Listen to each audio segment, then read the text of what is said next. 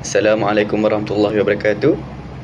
Nama saya Muhammad Syaril Khaimah Zulkifli dan kumpulan kami akan membentangkan tajuk etika kesukarelawanan bencana, menganalisis etika jaringan dan asas pemetaan sosial sukarelawan dalam pengurusan bencana alam di Malaysia.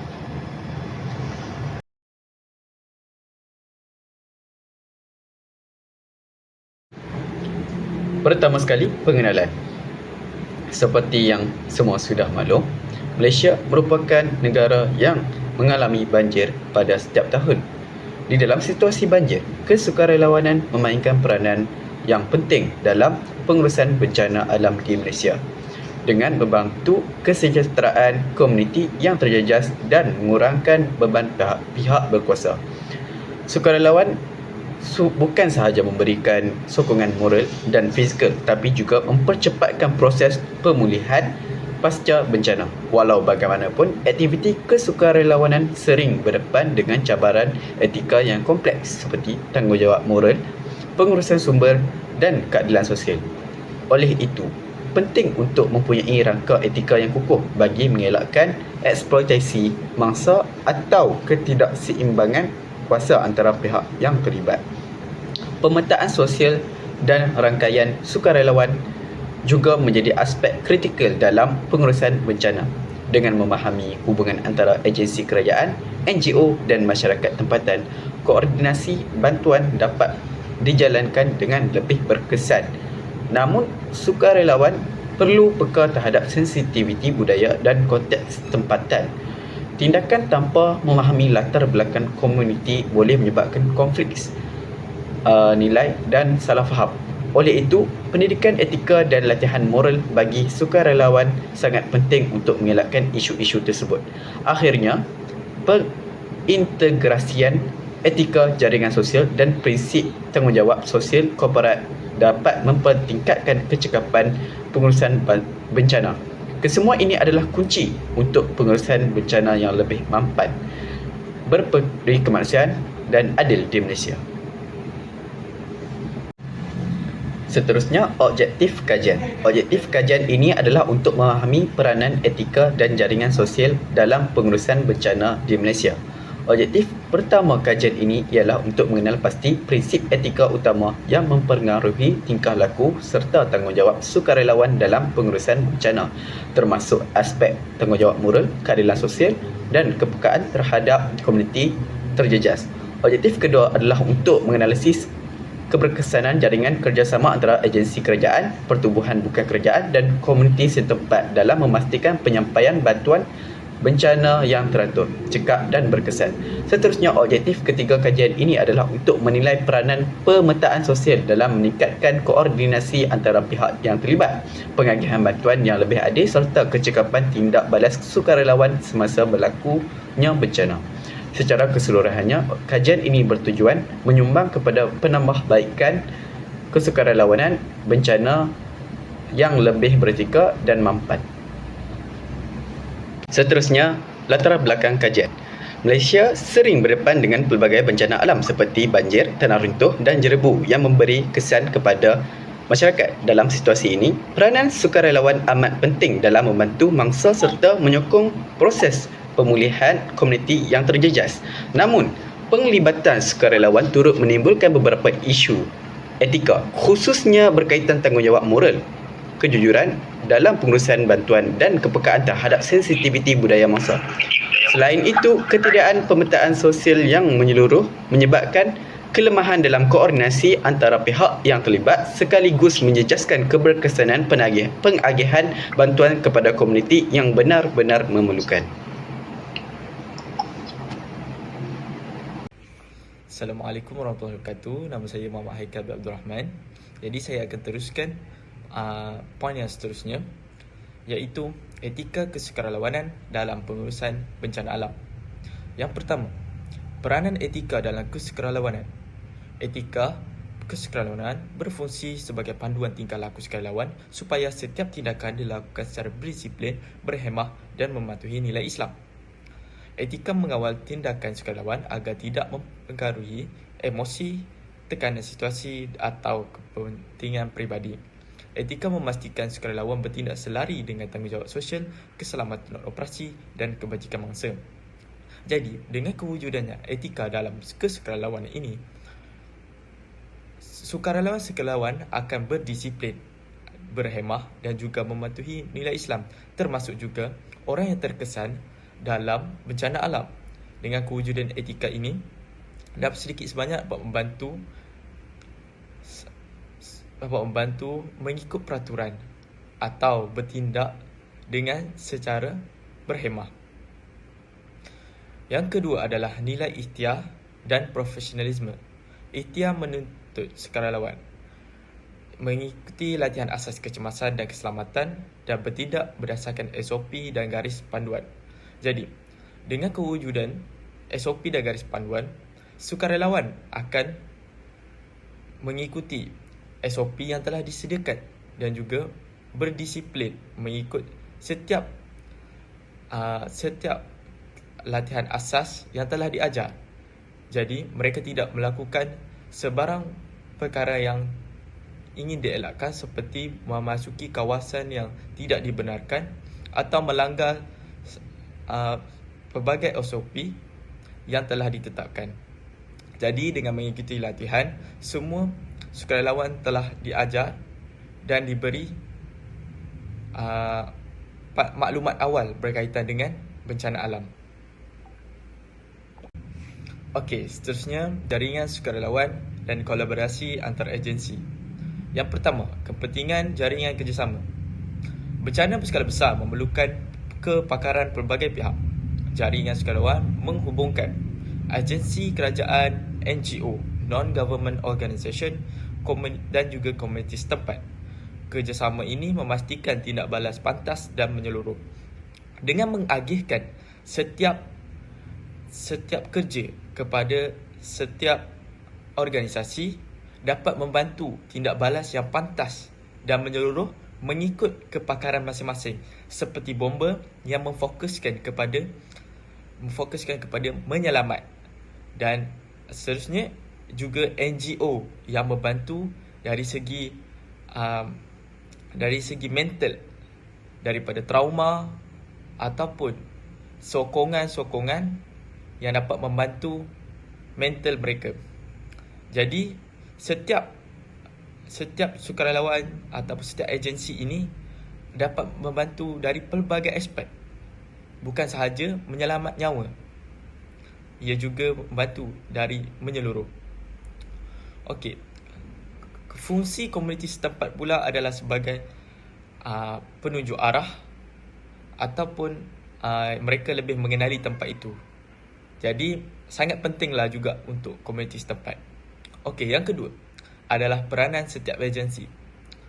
Yang pertama adalah NADMA, iaitu penyelarasan dasar dan pengurusan bencana negara. APM dan bomba, ia membantu dari segi operasi menyelamat dan keselamatan kawasan. Ketiga adalah JKM, pengurusan pusat pemindahan dan kebajikan. Keempat adalah NGO dan sukarelawan, dari segi logistik, bantuan makanan dan juga emosi. Okey. Dengan kewujudan semua agensi-agensi ini memang mempunyai tugas masing-masing, seperti JKM, iaitu memberi tempat perlindungan sementara untuk penduduk-penduduk setempat, masyarakat yang terkesan. Seterusnya adalah NGO dan sukarelawan. Mereka membantu dari segi logistik, iaitu bantuan makanan dan juga pelbagai lagi. Contohnya bantuan makanan, contoh seperti beras. Mereka menggunakan dana mereka masing-masing untuk membantu masyarakat yang terkesan. Seterusnya adalah APM dan bomba. APM dan bomba, mereka melakukan operasi menyelamat dan keselamatan kawasan, seperti menyelamat mangsa-mangsa yang terkesan akibat bencana alam. Jadi memang pentinglah setiap anggota, setiap agensi mempunyai peranan masing-masing. Jadi apabila dibahagikan kepada banyak agensi dan banyak aspek. So, jadi tidak balas menjadi pantas dan sangat menyeluruh.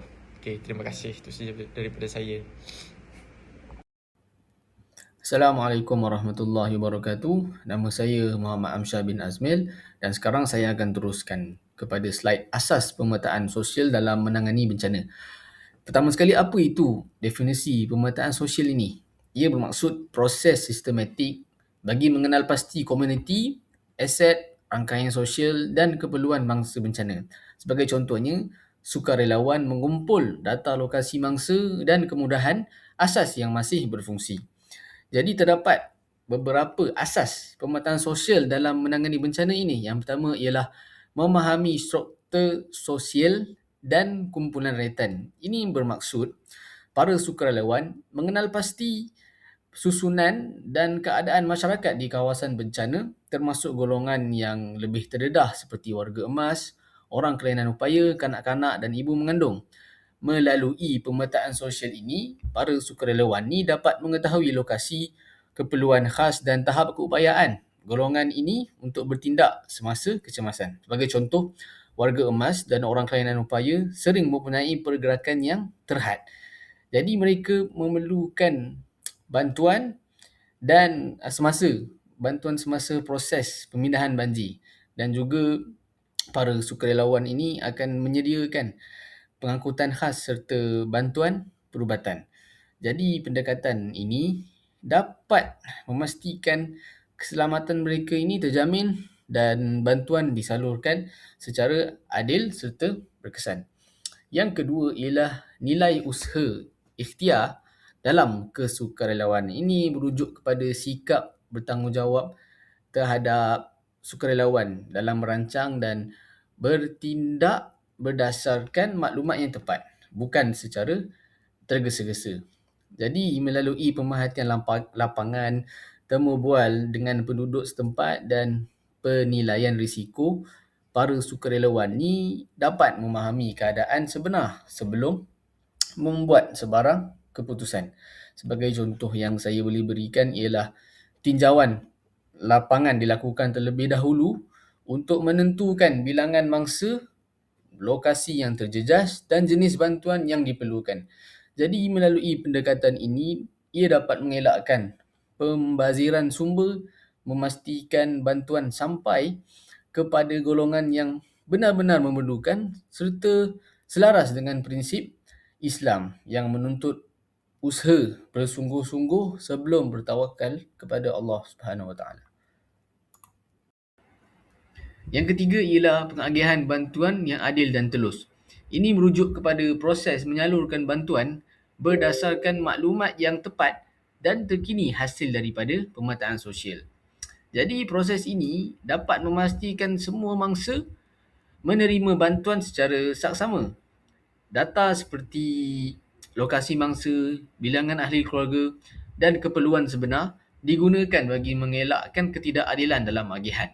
Sebagai contohnya, setiap keluarga menerima bantuan berdasarkan data sebenar yang direkodkan dan sekaligus dapat mengelakkan bantuan bertindih kepada keluarga yang sama serta memastikan kawasan terpencil dan kurang akses tidak terabai.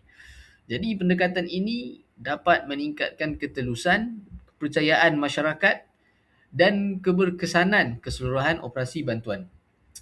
Yang keempat ialah sokongan kepada mitigasi dan amaran awal.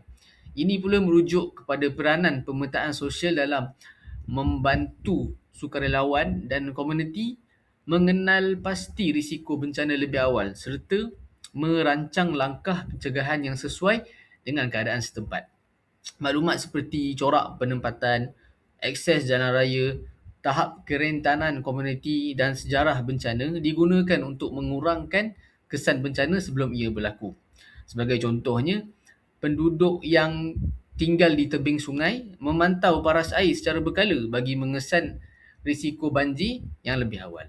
Manakala di kawasan yang berbukit pula, mereka dapat menilai potensi tanah runtuh terutama selepas hujan lebat. Jadi langkah ini membolehkan tindakan awal diambil sekaligus mengurangkan risiko kehilangan nyawa dan kerosakan harta benda. Dan yang kelima ialah mengukuhkan hubungan sukarelawan dan komuniti ini. Ini merujuk kepada usaha membina kepercayaan, kefahaman dan kerjasama antara sukarelawan dan penduduk setempat melalui interaksi secara langsung. Sebagai contohnya, temu bual bersama penduduk dibuat. Jadi ini dapat membantu sukarelawan mengenal pasti keperluan sebenar seperti jenis bantuan yang diperlukan atau masalah khusus di kawasan tersebut. Jadi hubungan yang baik ini memudahkan proses pemindahan dan penerimaan bantuan serta dapat meningkatkan penglibatan komuniti dalam membuat keputusan sekaligus memastikan bantuan sampai kepada golongan yang benar-benar memerlukan. Okey, seterusnya kita masuk kepada cabaran dan keberkesanan etika serta jaringan dalam kesukarelawanan bencana. Yang pertama sekali kita masuk kepada cabaran utama.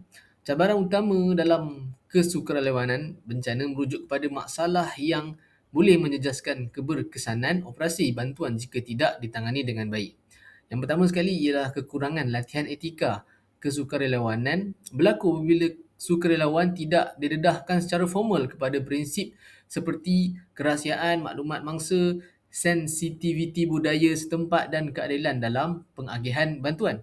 Keadaan ini boleh menimbulkan salah faham atau menjejaskan maruah mangsa. Contohnya, maklumat peribadi atau gambar mangsa disebarkan tanpa kebenaran sekaligus melanggar etika dan menimbulkan ketidakselesaan dalam kalangan masyarakat. Yang kedua ialah penyelarasan yang lemah antara agensi pula yang menyebabkan kekeliruan dalam pembahagian tugas, maklumat yang bercanggah serta pembaziran sumber tanpa komunikasi yang jelas. Usaha bantuan menjadi tidak seimbang. Sebagai contoh, dua NGO menghantar bantuan ke kawasan yang sama, manakala kawasan lain yang turut terjejas tidak menerima bantuan. Sekali ini menyebabkan ia menjejaskan keadilan dan keberkesanan pengurusan bencana. Seterusnya kita masuk kepada nilai etika dalam mengatasi cabaran. Yang pertama sekali ialah ta'awun, iaitu kerjasama yang menekankan sikap saling membantu antara NGO, agensi kerajaan dan pasukan sukarelawan tanpa mengutamakan ego atau kepentingan organisasi masing-masing.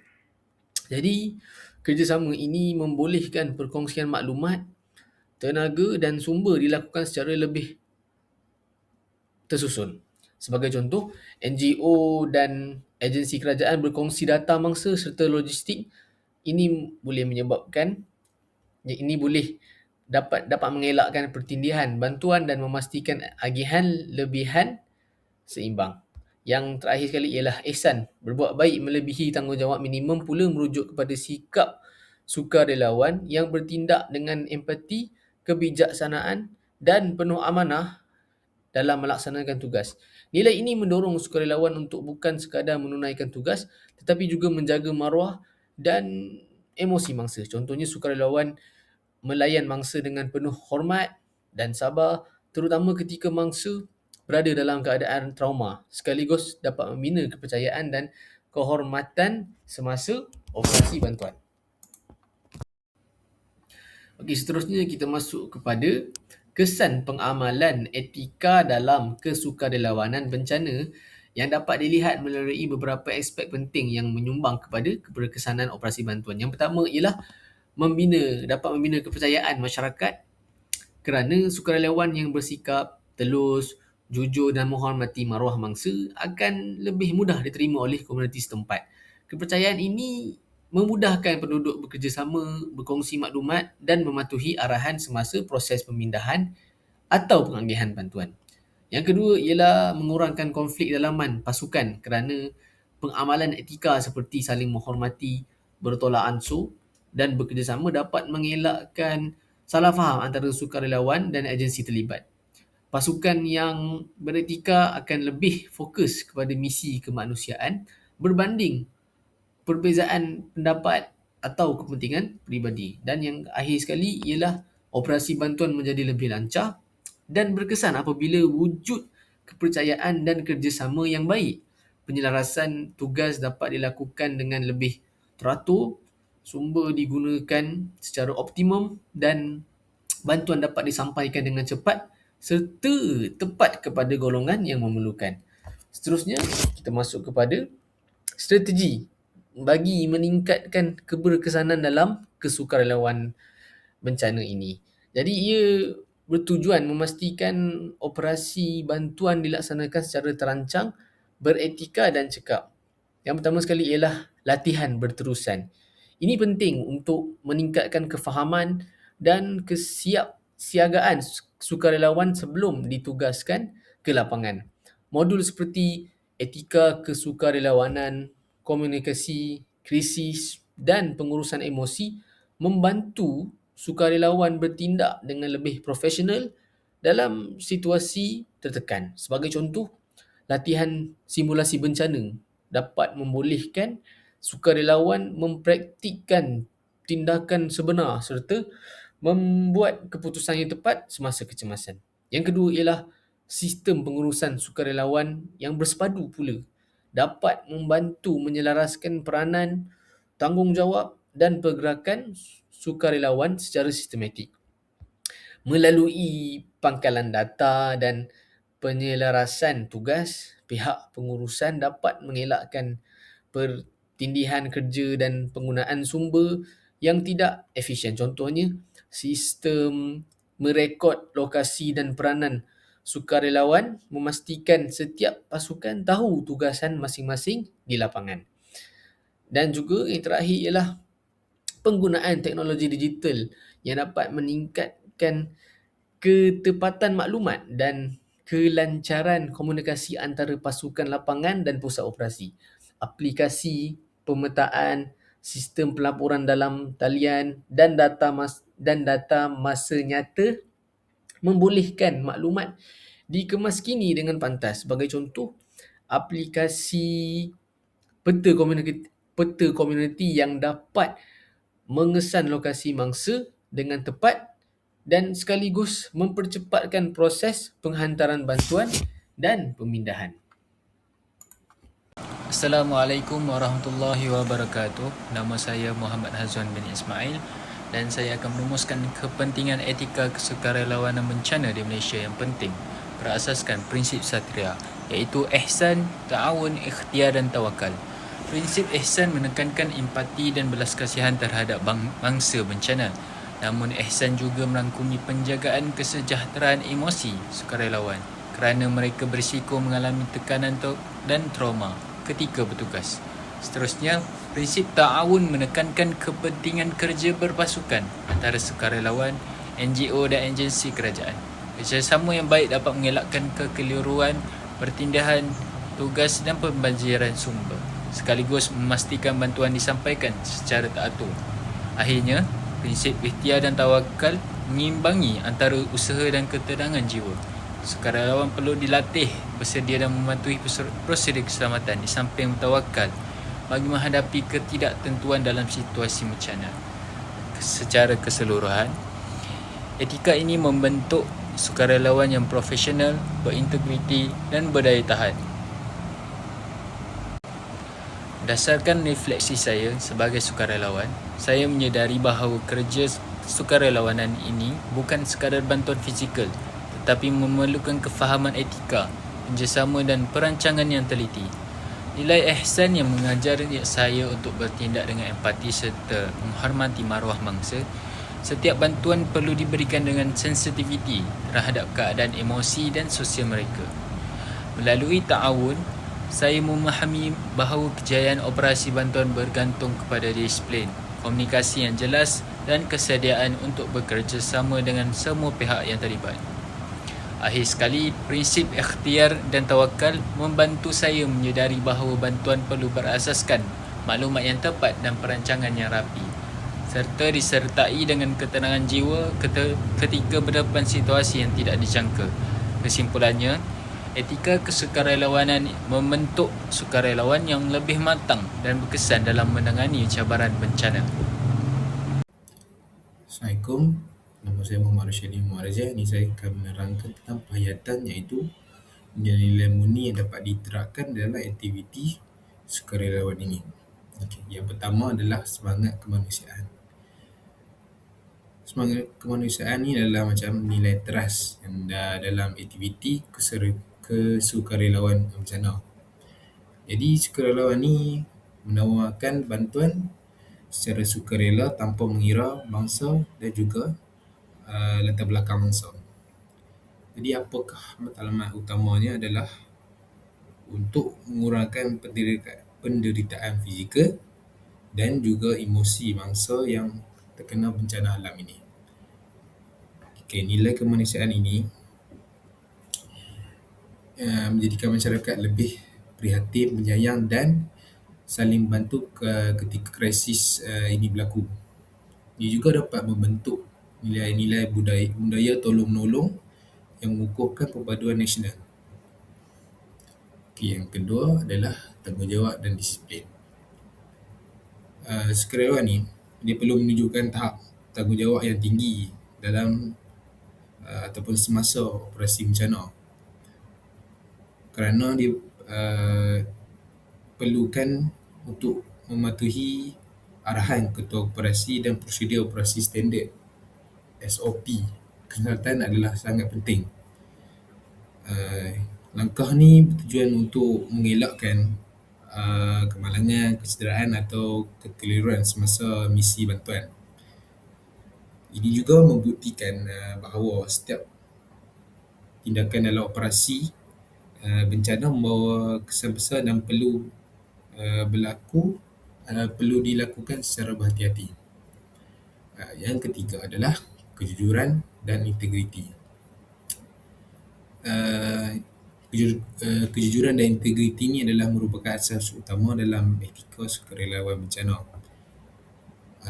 Sukarelawan ni dia bertanggungjawab untuk mengurus bantuan, kewangan dan barangan dengan amanah. Jadi mereka ni ditanggungjawabkan untuk memegang barang itu supaya apabila sebarang bentuk penyelewengan boleh menjejaskan kepercayaan masyarakat terhadap organisasi kemanusiaan tersebut. Jadi integriti ni penting sebab dia nak memastikan proses penyampaian bantuan berlaku secara adil dan telus. Kepercayaan orang ramai adalah elemen yang penting dalam operasi bantuan kemanusiaan ini. Dan yang keempat adalah kerjasama dan solidariti. Operasi bencana melibatkan pelbagai pihak. Contohnya adalah agensi kerajaan, NGO dan juga komuniti setempat. Kerjasama antara pihak-pihak ini membolehkan bantuan disalurkan dengan lebih pantas dan lebih berkesan. Kerjasama ni juga dapat melahirkan semangat yang solidariti yang tinggi dalam kalangan rakyat Malaysia untuk membuktikan bahawa masyarakat kita sebenarnya mampu dan untuk satu padu ketika menghadapi cabaran yang besar. Okay, yang terakhir adalah rasa syukur. Sebenarnya ketika pelibatan secara langsung dalam operasi bencana alam ini, dia memberikan pengalaman yang bermakna kepada sukarelawan. Sukarelawan dapat melihat sendiri apa yang berlaku di depan mata mereka, penderitaan, ujian yang dihadapi oleh mangsa-mangsa bencana. Apabila berlaku, pengalaman ini juga dapat memberi ataupun menimbulkan rasa syukur kepada sukarelawan terhadap nikmat kehidupan yang mereka ada seperti tempat tinggal dan juga keselamatan. Ia juga membentuk sikap rendah diri dan empati terhadap kesusahan yang dihadapi oleh orang lain. Jadi apa kesannya? Kesannya adalah sukarelawan yang lebih sedia dan untuk terus berkhidmat kepada masyarakat pada masa yang akan datang. Assalamualaikum warahmatullahi wabarakatuh. Jadi saya akan sambung untuk sarana aplikasi. Sarana aplikasi adalah peranan-peranan atau badan-badan yang perlu memainkan peranan yang penting semasa berlakunya bencana. Yang pertama adalah peranan kerajaan. Kerajaan sangat penting kerana mereka adalah badan yang utama untuk badan peserta yang lebih besar. Jadi mereka perlulah, antara saranannya adalah perlulah membangunkan aplikasi sukarelawan bencana kebangsaan. Mereka juga boleh memerlukan bantuan-bantuan yang penting seperti pendaftaran sukarelawan untuk menugaskan tugas dan pelaporan masa nyata. Mereka juga dapat menyediakan program latihan dan persilang etika sukarelawan supaya dapat banyak aktiviti sukarelawan untuk bantuan masa-masa banjir. Yang kedua adalah peranan NGO. Mereka ini perlu ataupun semestinya menyediakan modul etika digital dan garis panduan komunikasi krisis. Ia adalah bertujuan untuk memperkukuhkan kerjasama bagi mengelakkan pertindihan operasi. Yang kedua adalah peranan komuniti setempat. Peranannya adalah dapat menubuhkan pasukan tindak balas komuniti di antara kawasan setempat. Contohnya, mengadakan latihan simulasi bencana dan pertolongan cemas kepada penduduk setempat, dan juga ini bertujuan untuk memupuk empati dan tanggungjawab sosial di kalangan penduduk setempat. Yang kedua adalah peranan institusi pendidikan.